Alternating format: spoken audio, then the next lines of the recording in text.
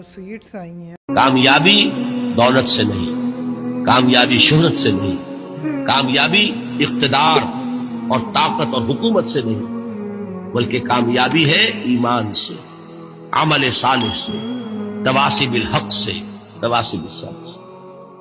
آپ غور کیجئے اس نقطہ نظر کا، اس ایٹیچیوڈ کا، یہ جو مینٹل ایٹیچیوڈ ہے، اس کا بدل جانا ہی انسانی شخصیت کے اندر انقلاب برپا کرتا ہے. اب آپ کا نتیجہ کیا نکلا؟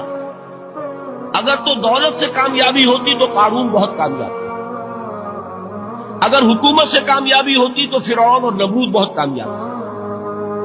کامیابی ان سے نہیں، کامیابی انسان دولت میں قارون کی دولت تک پہنچ جائے اور دنیا میں دبدبہ اور اقتدار اور سلطنت اور حکومت کے اعتبار سے وہ نمرود اور فرعون کا مقام حاصل کر لے، وہ ناکام ہے، خائب ہے، خاسر ہے، برباد ہے.